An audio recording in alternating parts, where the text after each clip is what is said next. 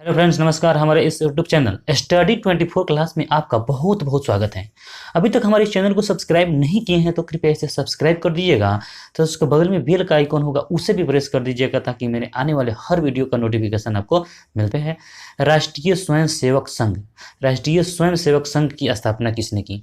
राष्ट्रीय स्वयंसेवक का स्थापना कब हुआ था? तो इस प्रश्न का आंसर हो जाएगा आपका option number C. Option number C हो जाएगा 27 सितंबर 1925 को राष्ट्रीय स्वयंसेवक संघ की स्थापना किया गया था। तो प्रश्न देखेंगे, राष्ट्रीय स्वयंसेवक संघ का मुख्यालय कहाँ है? राष्ट्रीय स्वयंसेवक संघ का मुख्यालय कहाँ है? तो यह नागपुर में। कहाँ पे है? इस प्रश्न का आंसर हो जाएगा नागपुर। राष्ट्रीय स्वयंसेवक संघ का संस्थापक कौन है? तो राष्ट्रीय स्वयंसेवक संघ का संस्थापक है, इस प्रश्न का आंसर हो जाएगा केशव बलिराम हेडगेवार।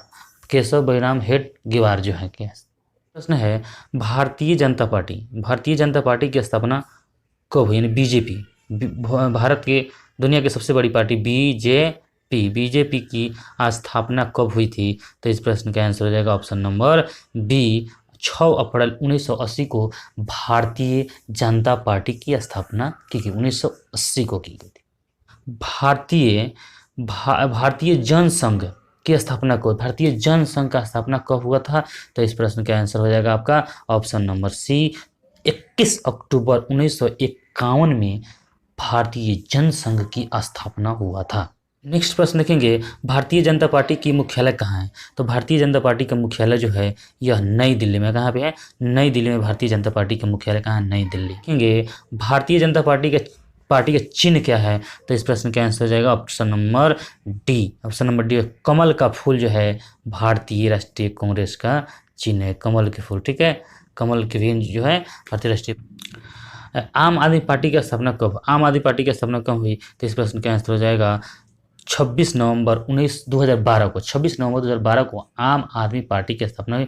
इसका आम आदमी पार्टी की स्थापना हुआ। भारत का पहला विधि न्याय का मंत्री कौन था?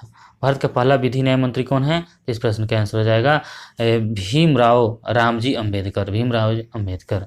नेक्स्ट प्रश्न देखेंगे, लोकसभा का उम्मीदवार होने के लिए अल्पतम उम्र कितना होनी चाहिए? लोकसभा का उम्मीदवार होने के लिए कम से कम उम्र जो होना चाहिए वो होना चाहिए आपका ऑप्शन नंबर ए, 25 वर्ष होना चाहिए। लोकसभा की उम्र के लिए 25 और राज्यसभा के लिए 30। राज्यसभा के लिए कितना होना चाहिए?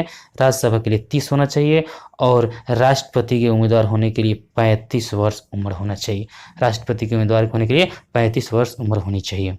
इस प्रश्न देखेंगे, राज्यसभा का उम्मीदवार होने के लिए कितना होना चाहिए? तो अभी बता दिए हैं, राज्यसभा का उम्मीदवार होने के लिए कितना होना चाहिए? 30 होना चाहिए, 30 वर्ष होना चाहिए। योजना आयोग कब बनाएगी?